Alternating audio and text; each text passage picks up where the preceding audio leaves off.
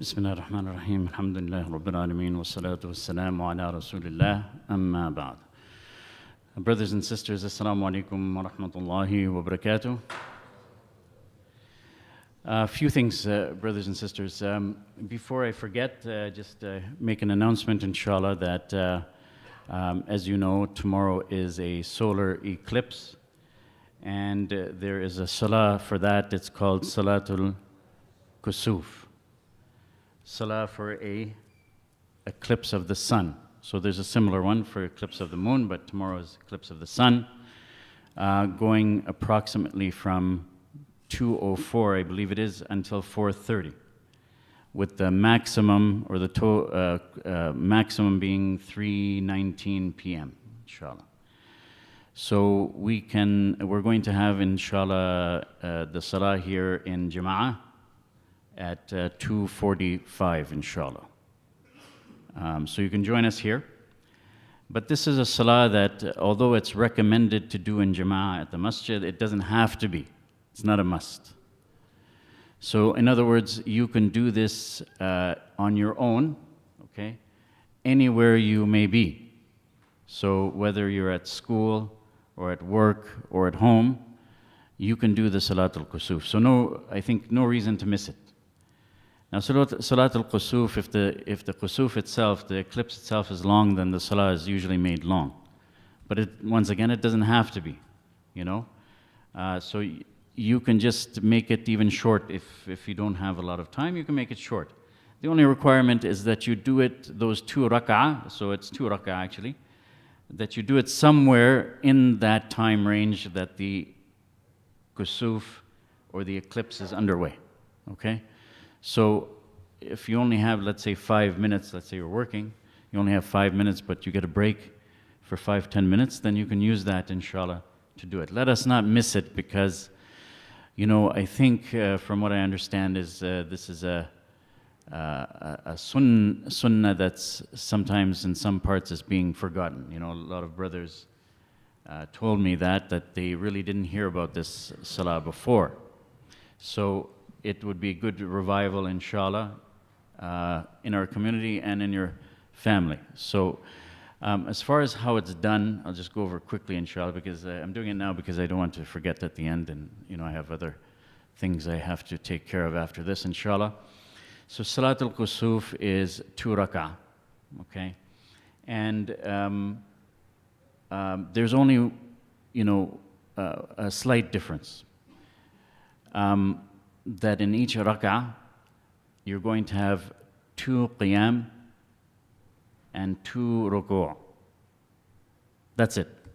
There's no difference anywhere else. The sujood are the same. Everything else is the same. So I try to do it maybe by a hand gesture, right? So let's say, you know, you start your salah as normal, standing up, qiyam position. And, you know, you do your reading of Al-Fatiha and some portion of the Quran as normal. And then you make the ruku' as normal. Up to here, everything is the same. The only difference now is, after the first ruku', as I said, there's a second qiyam and a second ruku'. So up to here, it's normal. So we're in the first ruku', right? So now we rise from the first ruku', and now we don't go into sujood right away. Now we do another qiyam where we read Al-Fatiha again, for the second time, okay, and some portion of the Quran. And then we go into ruku' again. Okay, that would be the second ruku' in this 1 rak'ah that we're going over. After that, it is exactly the same. So you're going to rise from ruku' as usual and go into the sujood, same number of sujood, 2 sajda. Okay, that's it. And then you finish your sujood, you come back up, and you repeat the same thing in the second rak'ah. So you're going to have you're going to read the Al-Fatiha portion of the Quran, go into ruku', come out of ruku', read Al-Fatiha again, portion of the Quran, go into ruku' again, and up and finish after that. Everything is normal after that. This is being recorded, so inshallah this is for your reference as well. Plus we sent out an email, there's a link there, okay, to a very good article that goes over Salatul Kusuf very nicely. So if you have the email, inshallah.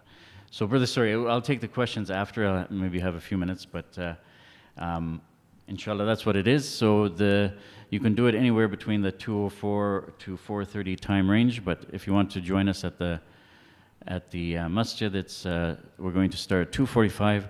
We're going to keep it to approximately 45 minutes, inshallah, just so you know. So please join us for that. Now, this lessons on this hadith was supposed to be done last week, as I mentioned last week, but I thought, because last week was, the Christians were celebrating Easter, so I wanted to go over the true story of Isa alayhi salatu wasalam, so I replaced that. So this was supposed to be last week's lecture. So the hadith is, and then we go over the lessons from the scholars of hadith. Hadith is that Abdullah ibn Umar radiyallahu anhuma said, he said, أخذ رسول الله صلى الله عليه وسلم بمنكبي فقال كن في الدنيا كأنك غريب أو عابر سبيل. So Abdullah bin Umar radiyallahu anhuma said that Rasulullah sallallahu alaihi wasallam took hold of my shoulder and said, be in this world as if you are a stranger or a traveler. So this is a hadith we want to go over. It's not a long hadith, but a lot of lessons, Now, first of all, the narrator, Abdullah ibn Umar radiyallahu anhuma. So from the lectures, some of the lectures, it came up about the speaker was talking about some celebrities and things like that, asking the youth, because it was a youth kind of lecture, do you know this celebrity, do you know this sports hero, and all the youth, they knew them, right? So I think it's important, brothers and sisters, that our youth, our children, all of us should know the great personalities of Islam. And Abdullah ibn Umar is a great personality of Islam, radiyallahu anhu. So just a few points about him. So he was actually born 10 years before Hijrah, okay? And he's the eldest son of Umar bin al-Khattab, okay? Who, as we know, is the second Khalifa of Islam. And this masjid is named after Umar radiyallahu anhu, okay? So he accepted Islam with his father at a very young age. So this is good for youth to know, because he was, a Muslim at a very young age. He accepted Islam with his father. Okay, so he was serving, Islam from his youth. Okay, and he achieved one amazing thing. Many amazing things, but one of those amazing things is that he is a distinguished narrator of hadith. So he actually narrated 2,630 hadith. This puts him in position number 2 as the narrator. Out of the narrators who narrated the most, he's in the number 2 position. The one in the number 1 position is Abu Hurairah, with over 5,000, I don't remember the exact number, but over 5,000 hadith, so that he narrated. So Abdullah ibn Umar narrated a lot of hadith. He was known to be a actually great scholar of Islam, and he was one of the most outstanding youth in Islam. He was one of the younger, of course, the very younger companions of Rasulullah sallallahu alaihi wasallam. And the youth, actually, I encourage you, so you get to know him. Now it's so easy. Allah subhanahu wa ta'ala made it so easy for children, youth, in fact, all of us, with the internet and the devices we have, phone, tablet, whatever. You can just search biography of Abdullah ibn Umar radiyallahu anhuma, and you will get all this information within seconds. So it becomes so easy for us, especially our youth, to know these important personalities of Islam. So also, final thing is that, actually 2 more things, that when he narrated the hadith, actually, he had such feelings for the words of Rasulullah sallallahu alaihi wasallam, the actions of Rasulullah sallallahu alaihi wasallam. He would have tears in his eyes. He would have tears in his eyes. So a lot of feeling. And also, he really was known to, follow the example of Rasulullah sallallahu alaihi wasallam. He used to imitate him. So these are great, great qualities. It's when you study these biographies, it should be a reminder. It's a good reminder for us and a really good example for our youth. So that was point number one. The other thing is, going on to starting with the hadith, that Rasulullah sallallahu alaihi wasallam, that Abdullah says, that Rasulullah sallallahu alaihi wasallam took hold of my shoulder. So what do the scholars of hadith have to say about this? What are the lessons from this part? So the scholars say that actually every word, every action, even slight action of Rasulullah sallallahu alaihi wasallam has some sort of benefit, has some sort of lesson.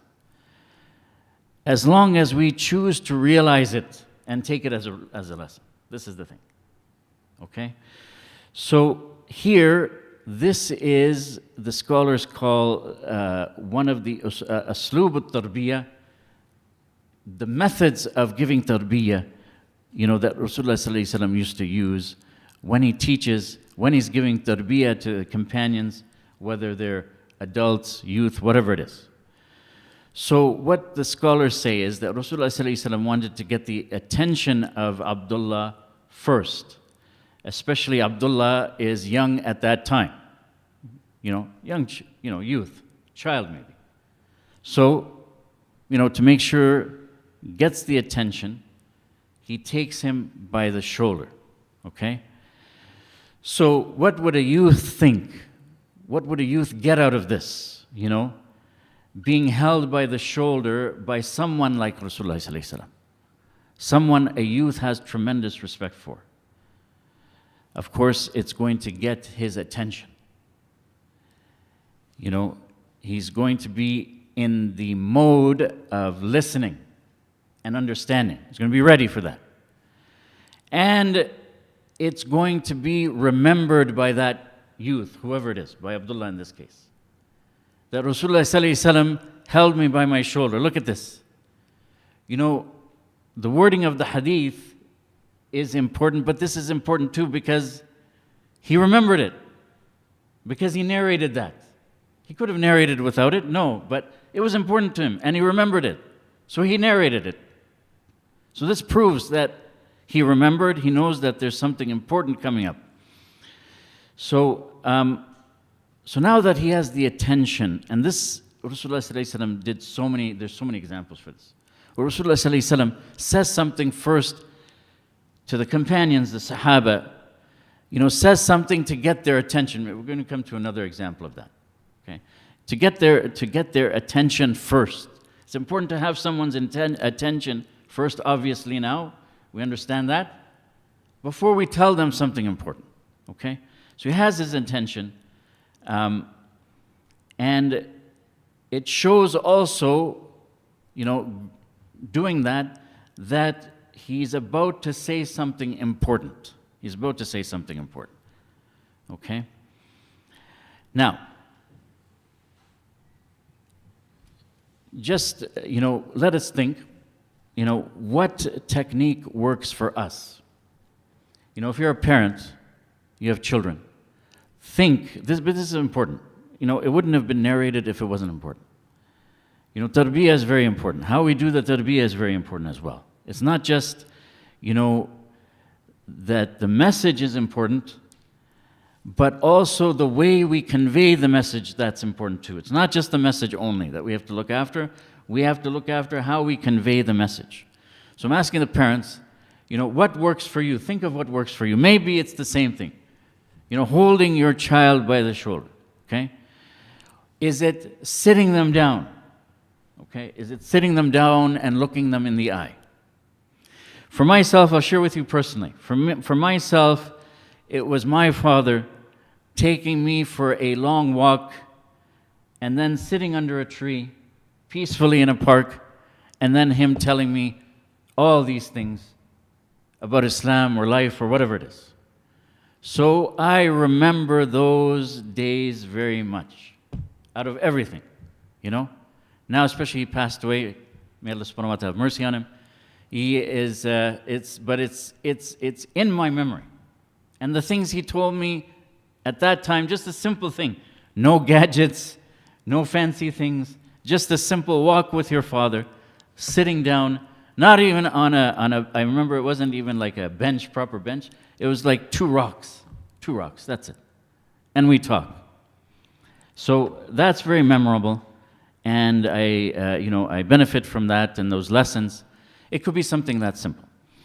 So in this busy, in this busy lifestyle these days, I know we're busy and lots of distraction and rush. Even going to work takes a lot of time. Coming from work takes a lot of time. So I know it's busy. But, is this interaction, these type of interactions with these type of gestures, whatever it may be for you, you have your own, right? Is this happening enough? Maybe you're doing it, but we ask ourselves, is it happening enough? These, especially summertime when I'm out of school, this was a daily thing, for a good hour, like over lunchtime or whatever it was, So is it happening enough? It should be happening, it should be plentiful. Because as I said many times, the children are thirsting for our attention. And these will be their memories. Even if we're gone, these will be important memories. And importantly, what we say to them will be, inshallah, engraved in their minds. So this is, what the scholars say about this action of Rasulullah sallallahu alaihi wasallam taking him by the shoulder. Now, the other thing is, the scholars talk about the next point, is about teaching at an early age. So at the time of Rasulullah sallallahu alaihi wasallam's passing, it was reported that Abdullah was approximately 20 years old. So from this we gather that these words that Rasulullah sallallahu alaihi wasallam said in this hadith must have been told to him when he was young, maybe a youth, okay, most likely. It's very young, okay? So a child, a youth, whatever. So a few things here the scholars said, that it shows that Rasulullah sallallahu alaihi wasallam gave attention to the youth as well. Not just the adult Sahaba, but even these young Sahaba, the youth in general. Because he knew that they are the future of Islam, no matter what will be the era.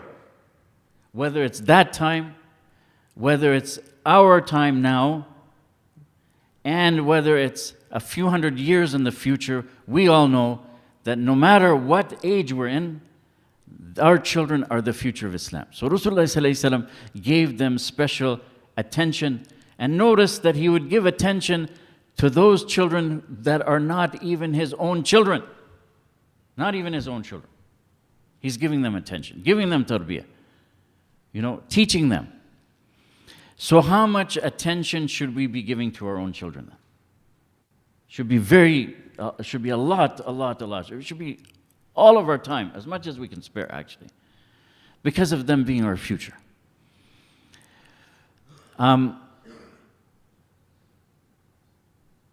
So the other point that the scholars say about this is that sometimes, and this is an example, and there's so many other examples, very interesting, that he would teach youth things that they may not necessarily understand.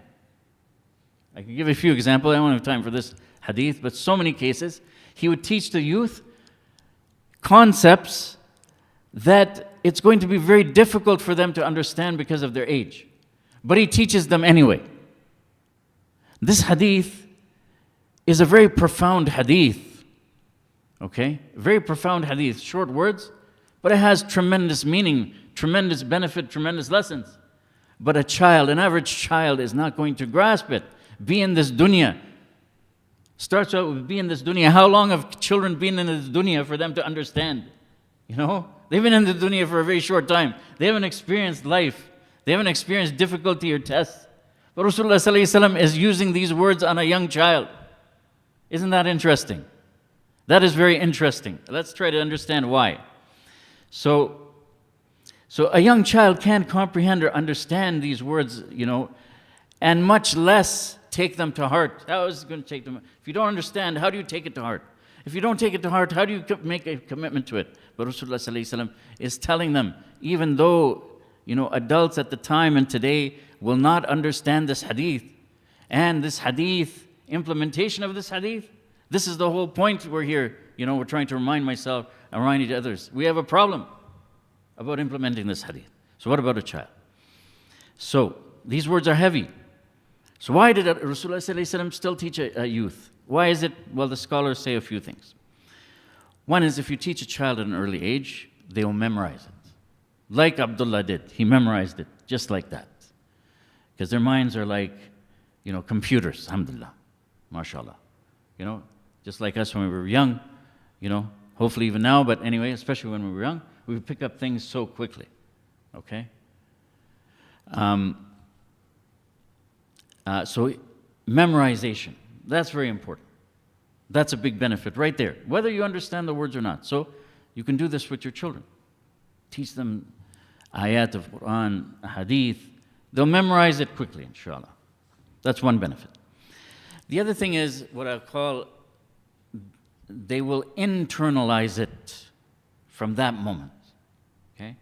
They may not understand the benefits, fully. Maybe they might understand 1%, few percent, whatever it is. But it will be implanted as a seed inside them, a good seed. And as they grow, the understanding will grow with them. Now, have you all had this experience before? Have you all had this experience? I'm talking to the adults. Did you learn something from your parents, okay? Whether Islamic or a good habit, whatever it is, okay?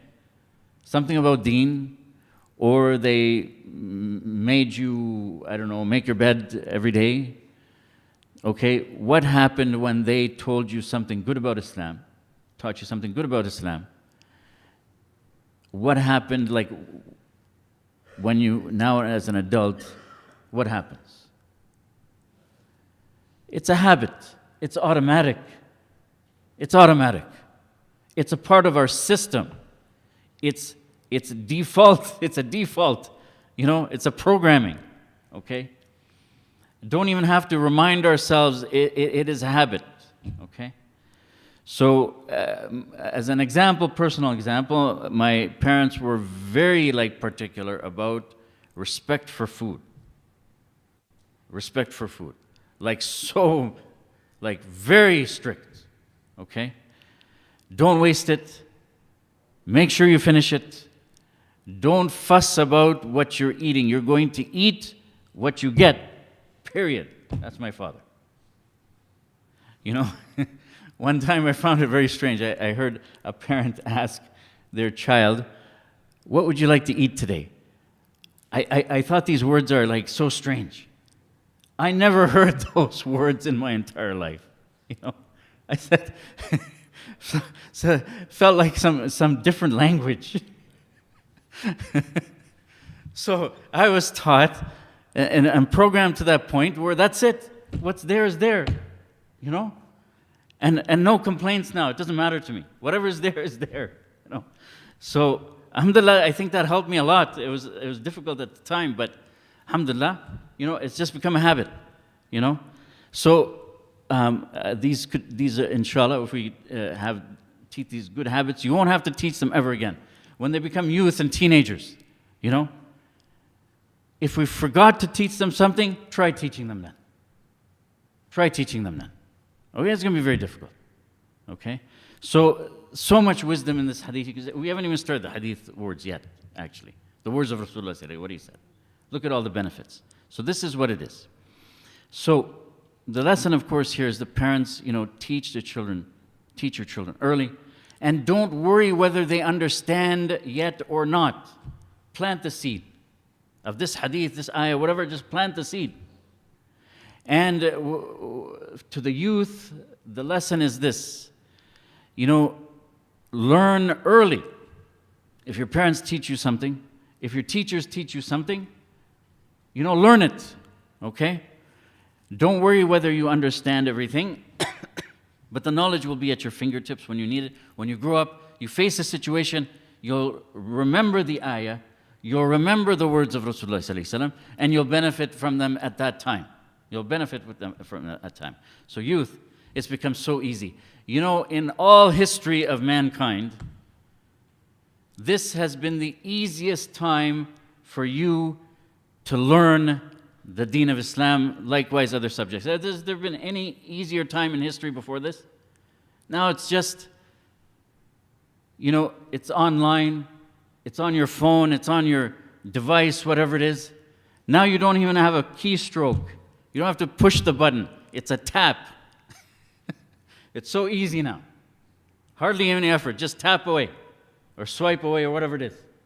It's become so easy. So this is your opportunity. In history, the Sahaba, they used to have to travel, through the desert heat for a month or more. Okay? Spend money because they had to survive in the desert for a month or more. Then they had to stay in that place for one hadith. For one hadith. Allah subhanahu wa ta'ala has made it so easy now. So parents, youth, this is what it is. We try to learn at it as early as possible in our lives. Now, to go with the wording of Rasulullah, what Rasulullah sallallahu alaihi wasallam said, the first part, be in this world, be in this dunya. So, what do the scholars of hadith say about this when explaining? So first of all, they say that dunya has two meanings from its root. Two meanings from its root. Okay? One is that one meaning has to do with closeness. The other meaning has to do with being inferior or lowly or even reprehensible. So both meanings are relevant here. The dunya, the meaning of closeness the dunya means the dunya is close to us as opposed to the akhirah. The akhirah is late, it's coming, but the dunya is close, it's right now. Okay? And the other thing is about it being, inferior, lowly, reprehensible, because that's what it is. Compared to the akhirah, it's nothing. It's nothing, absolutely nothing, no value. So both meanings apply. So the meanings remind us that the dunya is temporary and inferior, and that this is a temporary destination. Although it's here right now, it's a destination in travel, but our final destination is far better, and it's coming up. Okay. So the word dunya itself is enough to remind us and warn us, because we know that Allah subhanahu wa ta'ala says, وَمَا الْحَيَاةُ الدُّنْيَا إِلَّا لَعِبٌ وَلَهُ وَلَلدَّارُ الْآخِرَةُ خَيْرٌ لِلَّذِينَ يَتَّقُونَ أَفَلَا تَعْقِلُونَ. This worldly life is no more than play and amusement, but far better is the eternal home of the hereafter for those mindful of Allah. Will you not understand? So Ibn Qayyim, he said that what it means by play and amusement is that which has no real purpose or benefit. So if we notice, if we analyze carefully, anything that is strictly related to the dunya, okay, has no real purpose or benefit. If it's strictly related to dunya. What it is just to occupy our time. That's all it does. If we're watching something, entertaining ourselves, whatever it is, it's just passing the time. That's it. Passing the time. Is there any benefit to that? Just idly chatting? There's no benefit. We get no benefit. There's no increase in risk. There's just a decrease in our time in this dunya. That's all that happens. Okay? So that's why the dunya actually is just play and amusement. Okay? So unfortunately, some people spend much of their lives, or maybe their whole lives, on these things and not doing anything that benefits them for the akhirah, which we just went over. The word dunya is reminding us that this is temporary, it's inferior, Yes, it's here now, but it's not going to last because we just said it's temporary and inferior. Now, how inferior it is, there's another hadith. Jabir bin Abdullah, radiallahu anhu, reported that Rasulullah sallallahu alaihi wasallam said, or actually Rasulullah sallallahu alaihi wasallam passed through a market, entering from a high part of the city, and there were people on both sides of him. So he passed by a dead one-eared goat, and he reached out and took its ear. So he didn't have to do that. But once again, Rasulullah sallallahu alaihi wasallam is using a method of tarbiyah. So this action to emphasize, he could just point to the, no, but he takes the ear, he grabs it by the ear, okay? Grabs this dead goat by the ear. What happens now? Sahaba are attentive. What's going on? Why is Rasulullah sallallahu alaihi wasallam doing that? Is he going to tell us something? Attention. You see, this is the message is important, but the way you convey the message and how you prepare someone to receive the message is important. That's what we have to use with our children as well. We have to use this with our children. Whatever works, it may not be the same thing, of course, but whatever works for you, let's make sure we get their attention. Tell them this is serious. This is serious. So then he said, "Who would like to buy this for a dirham? Who would like to buy this dead one-eared goat for a dirham?" Okay? So they said, why, the companion said, why would we want to buy this when it is worthless? When it's absolutely worthless? What would we do with it? So he said, would you like to have it? So they said no. He asked them 3 times. He asked them 3 times. Another technique that you will see if you read various ahadith, many times Rasulullah sallallahu alaihi wasallam repeats the same thing 3 times. We all know that, right? We've seen so many examples. We've seen so many examples. This is for emphasis. For emphasis, make sure they understand. Make sure they understand that this is important. It has to be repeated. So he repeated it 3 times and they say, no, wallahi. If it were alive, even if it were alive, it would have this defect that it has only 1 ear. Why would we want it? We wouldn't even want it when it's alive. Why would we want it when it's dead? So Rasulullah ﷺ said, فَوَاللَّهِ لَلدُّنْيَا أَهْوَنُ عَلَى اللَّهِ مِنْ هَذَا عَلَيْكُمْ. He said, by Allah, this world is less in the sight of Allah than this goat is to you. This is the value of this dunya, everything in it in the sight of Allah subhanahu wa ta'ala.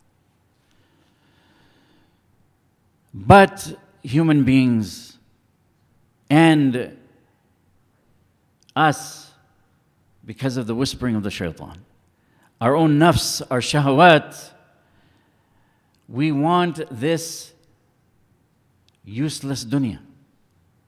We want this useless dunya. This hadith proves that it's beyond useless. If that's what it is in the sight of Allah subhanahu wa ta'ala, that's the way we should look at it as well. Useless.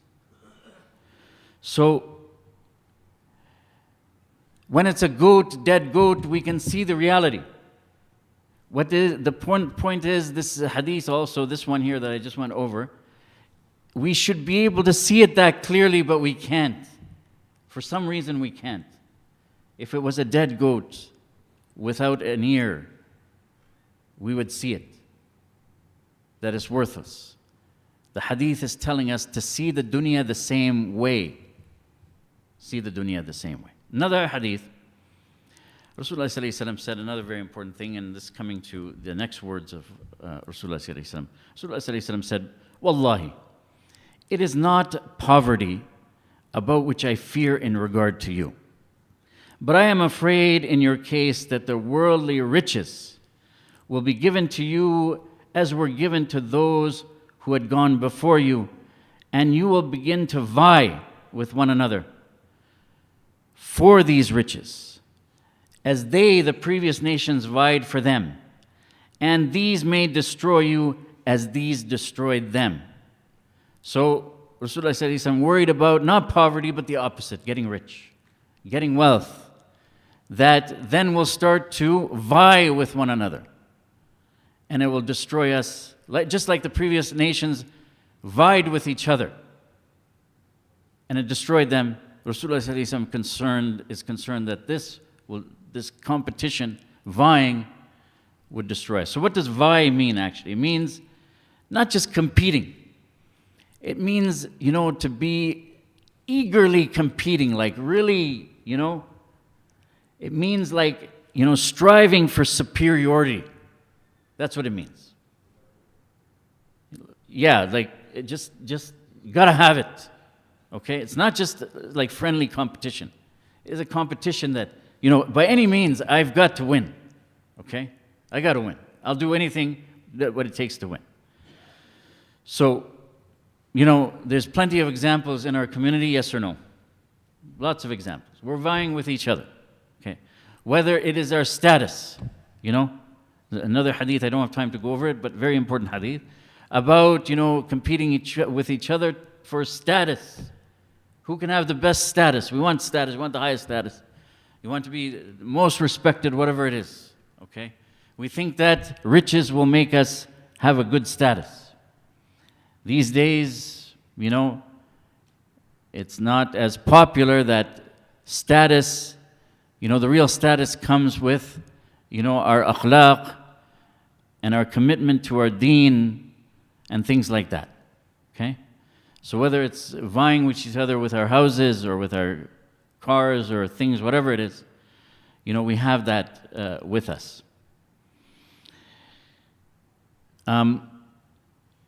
So then Rasulullah ﷺ says, basically, that if we're going to live in this dunya, there are only two choices. Only two choices. There's no third option.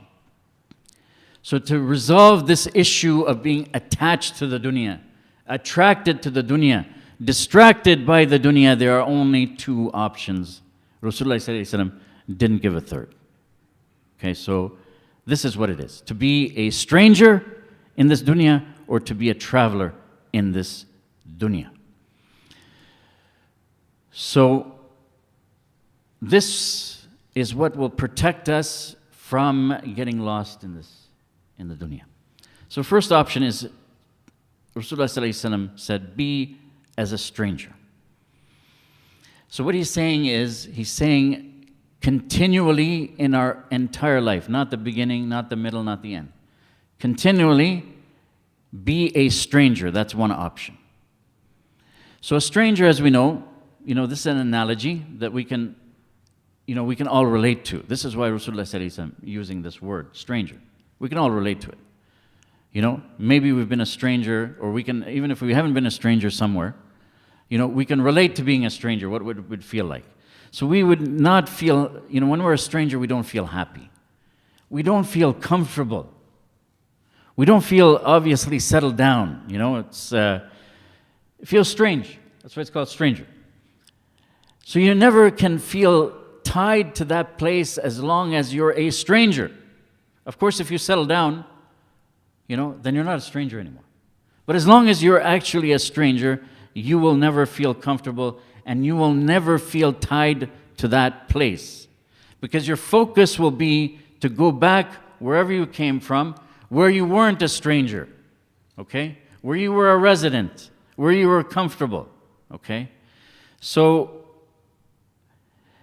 a stranger also, if you're a stranger in a land, you're not going to be, worried about competing with the residents. You're a stranger anyway.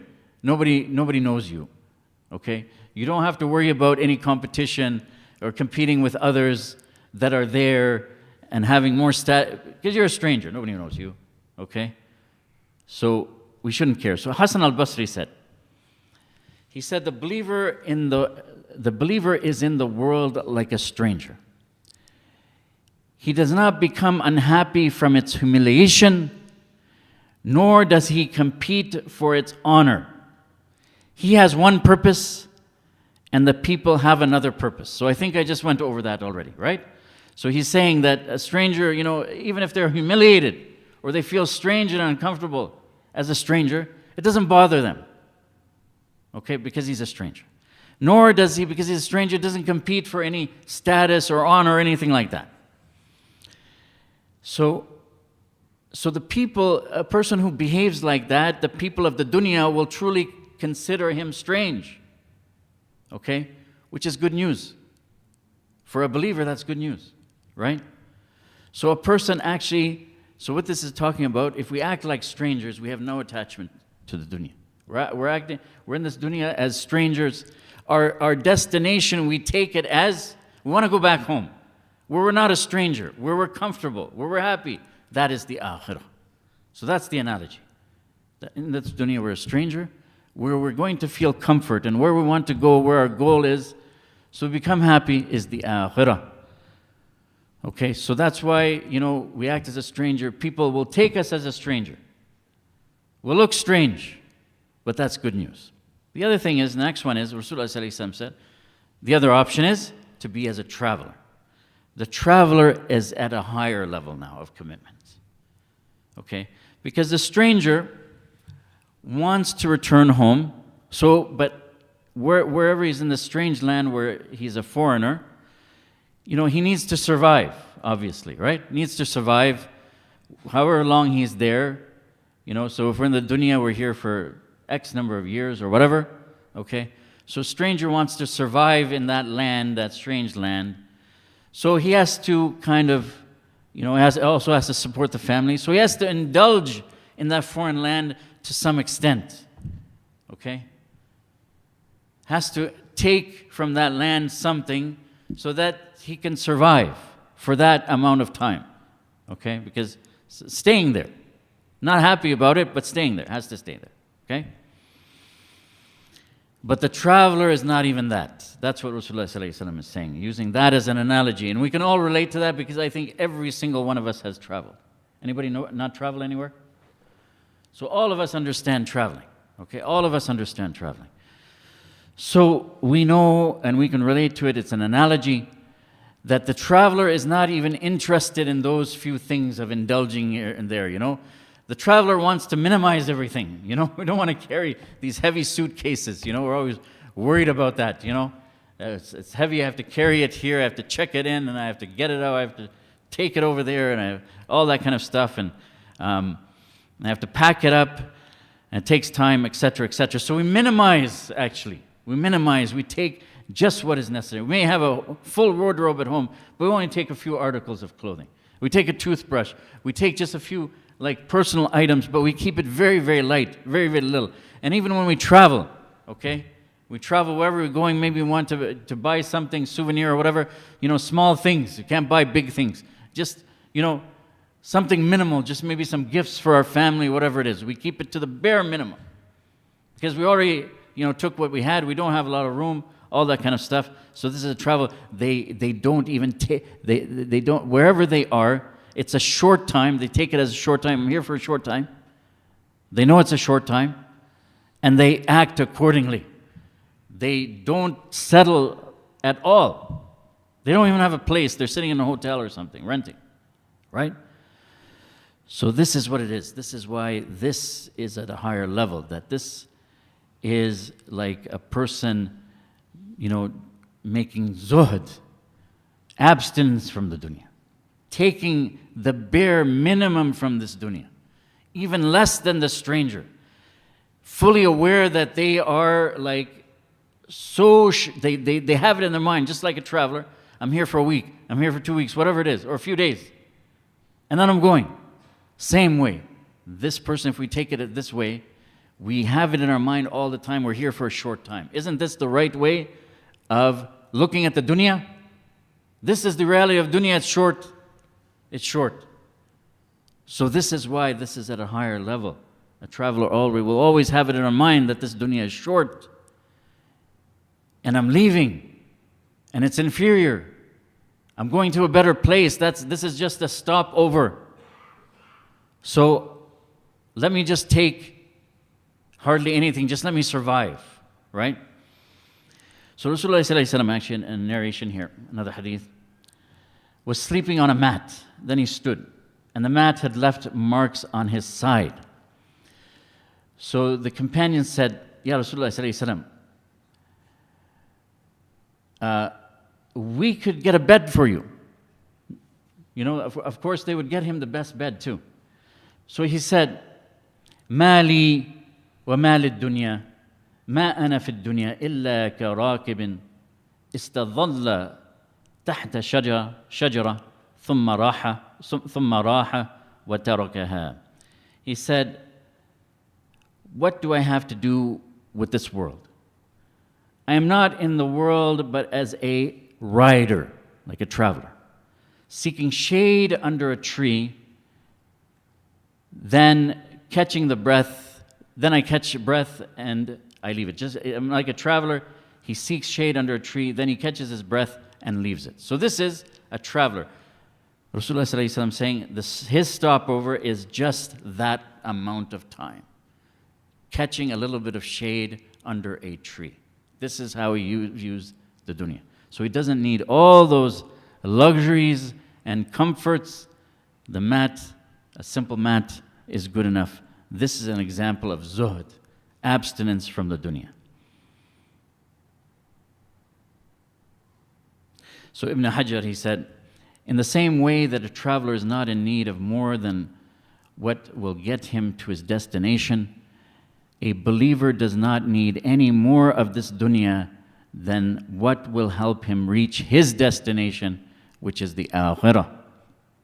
So this is how we should take this analogy. So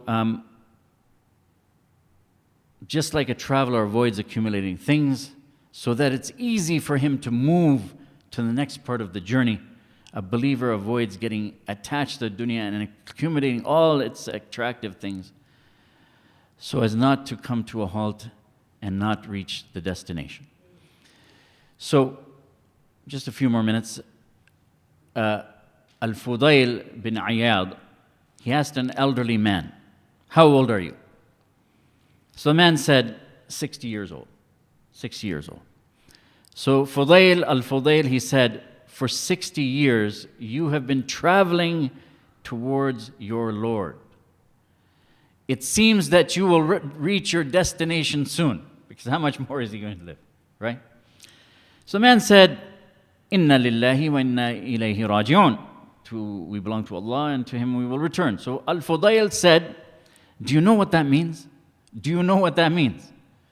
You are saying, I am a slave of Allah and to Him is the return. The one who knows that he is a slave of Allah and that he shall return to Him, he also knows that in fact he will be detained.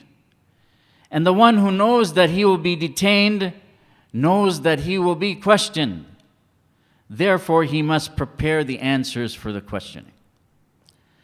So the man said, what is the solution? What's the solution? So Al-Fudayl said, it's simple. Do good for the remainder of your life and you will be forgiven for what you did in the past. However, if you do evil in what remains in your life, you will be held responsible for what you did in the past and in the future. So, the remaining part of our journey, so all of us, each and every one of us sitting here, have passed through part of this journey. So all of us have only a partial part of this journey left. So we have to choose how to utilize it. So just to summarize the points, brothers and sisters. So the parents, the reminder is teach your children early, even if they do not understand or would not understand. Because Rasulullah sallallahu alaihi wasallam did that, and he's our example, and that's the greatest, excellent wisdom for us. And children, even if you're not understanding, just try to learn, memorize it. Memorize it, it will be with you through your whole life and benefit you.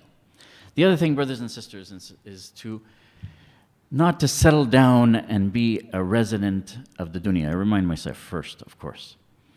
So we end up falling in the trap of shaitan, or the trap of our shahawat, traps of our nafs. You know, all of us have settled to some degree. You know, we're all human beings, myself included.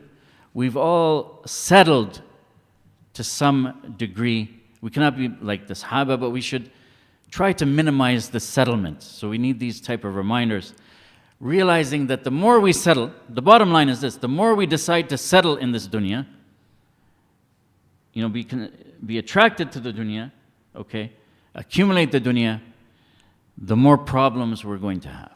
The more problems. It's a direct relationship. And the reason for that is Rasulullah sallallahu alaihi wasallam warned us, but we didn't take the warning. So let us not forget that we are actually strangers, or supposed to be strangers, or travelers. You know, if we settle and we forget that, then you can see what the ramifications are. You know, we have issues in our ummah. You see them all, what's happening. You know, some people they're basically sometimes acting with their own family members, unfortunately, I see, or, you know, especially through the counseling. It's as if they've forgotten about dying. You know, when you forget totally that you're a stranger or traveler, you think that you're a resident. And then you think you're a resident, that's it, forever. This is what the deception is from the shaitan. You know? And then they start behaving, you know, as if they're not going to die.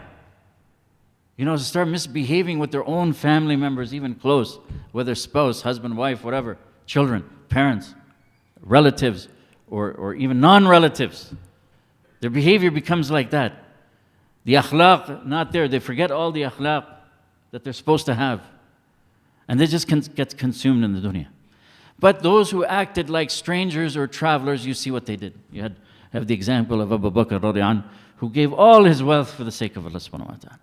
Who dedicated not only all their wealth for the sake of Allah subhanahu wa ta'ala. There were the Sahaba and the Salaf, who dedicated all their time for the sake of Allah subhanahu wa ta'ala. Of course, they have to earn a living too, many of them. But beyond that, that's it. They dedicate all that time after that for the sake of Allah subhanahu wa ta'ala. They gave their lives for the sake of Allah subhanahu wa ta'ala. That's how a stranger or a traveler is. Those are the signs of a stranger or a traveler. Brothers and sisters, I'll end here. And if there are any questions, I'll try to stay for a few minutes, but I have some other commitments. But if you have any questions and can't get to it, then inshallah, you can email the masjid. So jazakumullah khairan for your time and attention. May Allah subhanahu wa ta'ala reward each and every one of you. Assalamu alaikum wa rahmatullahi wa barakatuh.